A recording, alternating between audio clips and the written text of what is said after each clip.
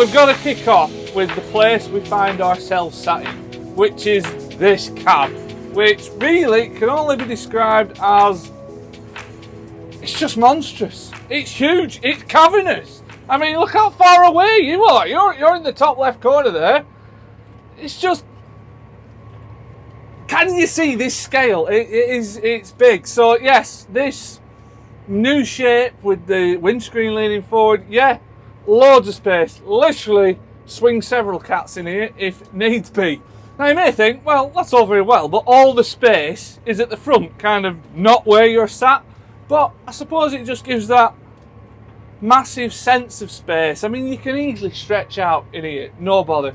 But I suppose some of the other benefits that come with this cab, you know, with the windscreen length forward, is it just keeps that sun's glare sort of just at your face, stop your kind of legs from burning really as you're working away, you know, compared to a windscreen that's back like that and some of those that come up and over the top, you know, lots of sunlight, which is great. But I think this is just a really good point of difference really, that you know, if you are going to put yourselves well and truly on the map and assert yourself in this really competitive market, I mean, if you're going to do it like this, do it in style, make a statement, and that is what Massey Ferguson has definitely done and achieved with this cab. Now, in terms of visibility from this cab, it is good all round.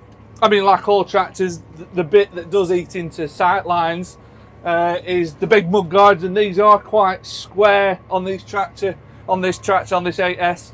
It's not as if the mud guards sort of fall away. But out front, I mean, it is literally one windscreen. You know, there's no cutout for the dash or anything. It is one windscreen. Now, couple that big windscreen with the fact that the dash has disappeared and gone onto the air post over there. You know, you also factor in, you've got this, basically this engine bay that's separate, that's kind of out front. Kind of, when you look at it from here, it looks like a pod, an engine pod in front of you. You've got this big gap in between.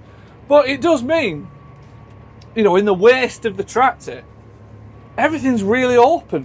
You know, you can really see a lot of what's going on around you, really get a good sense of, you know, everything that's going on really. So, speaking of the dash shifting, obviously it's up there on the air pillar. Really good size. It's a good size, but because the cab is massive, it doesn't look huge. It's not like it's in your face and it's like taking up a lot of space in the corner there.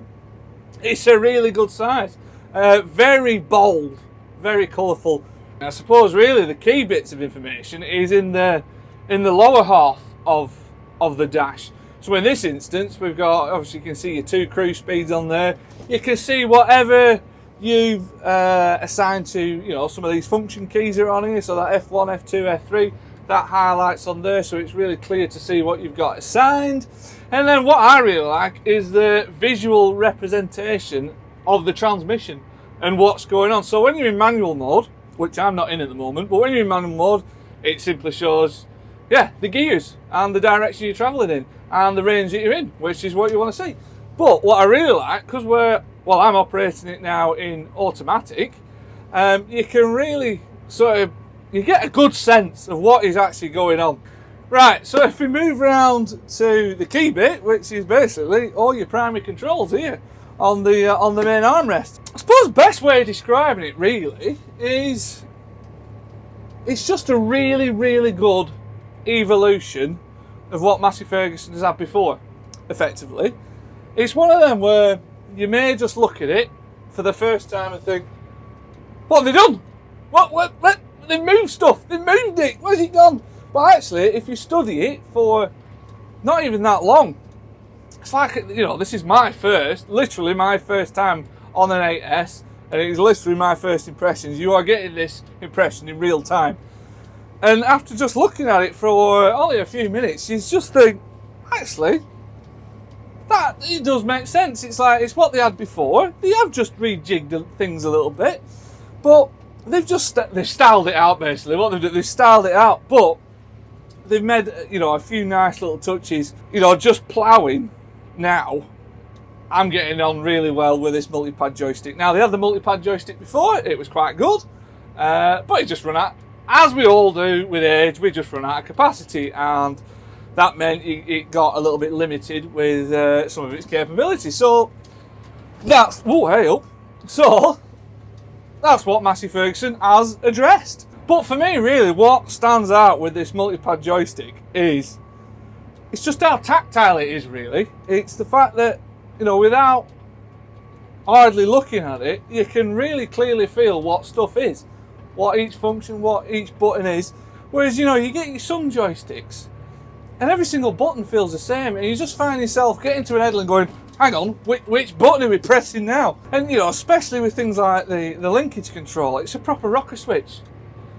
Well, you can easily feel that under your thumb, and then your cruises are just off to the right of that, and obviously this little mini joystick, that sticks out, so you know what that is. And then you've got shuttle control on here as well, so if you don't want to use that, like I'm doing, I'm using it on here. You know, basically it just puts everything on that right hand. Leave this one for, well, a bit of steering when you get to the headlands. And then automatic steering, that's got a dedicated button as well, which is good. And then, yeah, this little scroll wheel, which is just, it's great for, you know, especially now, you know, adjusting the cruise speed up and down. And then in terms of, you know, moving back a little bit in terms of the rest of the layout, it's kind of just under your hand. They've sort of like, you know, got this little armrest here, and they've just sort of wrapped it around like that, and then everything, I'm not going to go through what every single button is, but it's all there, and it's just under your fingertips. And like we said in, you know, as Ben was explaining in that walk around piece, it's just, they've just logically grouped things together. Like I say, it's just nothing. It's not too scary. It's like I say, it's just a very, very good evolution of sort of what they had before, and they've just kind of addressed all those little bits of what they were missing. I suppose the biggest thing that I found that they were missing, you know, with the old long wheelbase 77, it's just, oh Jesus, it's just that lack of assignability that it had, and that's all sort of been addressed with this. You can literally, quite literally, with the little joystick and those F keys, pretty much assign any function to anywhere you want, really, and it just all adds that extra convenience, really. And then terminal wise, moving on to that, again, it's one of them, you could talk for hours about the terminal, its capability, what's in there. So as we found before with Datatronic 5, it's we'll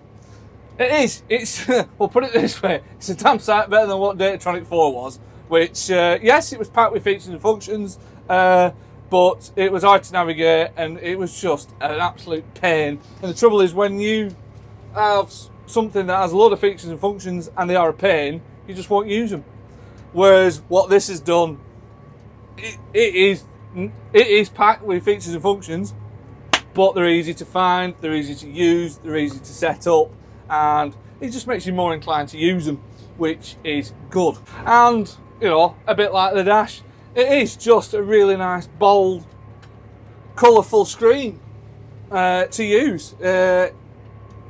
You know, as mentioned, navigation is fairly simple. You can do it by touching. You can panic, hit the home button away you go, or you can split the screen up, or you can navigate with the scroll wheel. So, again, I mean thumbs up on the screen, really, to be honest. So finally on the cab, we'll just sort of, well, we'll finish with some fit and finish, which it does look fairly good. I mean, you know, the 77 long wheelbase of old, you know, always fairly solid, decent plastics, and that kind of sort of carries things on, really.